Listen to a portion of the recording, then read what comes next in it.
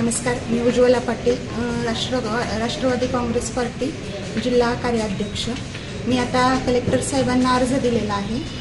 2015च्या निवडणुकीत जेव्हा मी उभारले होते, सरपंच झाले होते, तेव्हा भोगाव उत्तर तालुका सोलापूरमध्ये एकही मुस्लिम समाज नव्हता आणि एकही मतदान नव्हतं। आणि आता नंतर 2020च्या ग्रामपंचायतला अचानक 40 नावं वाढले आणि 2024 लोकसभेच्या मतदार याच्यामध्ये अचानक 150 नावं वाढलेली आहेत। आणि मी आता कलेक्टर साहेबांना विनंती केली आहे की जर हे अचानक नावं आले तर हे आले कुठून, याची चौकशी व्हावी, यांना कोण दिले।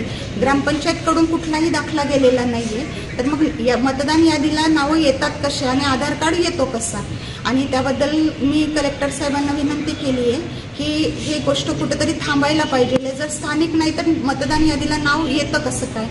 कलेक्टर साहेबांना ती चौकशी करा आणि ज्यांनी कुणीही हे केलेलं असेल त्याच्यावर कारवाई व्हावी अशी माझी इच्छा आहे आणि हे मतदान यादीतनं नावं वगळले पाहिजे सगळे।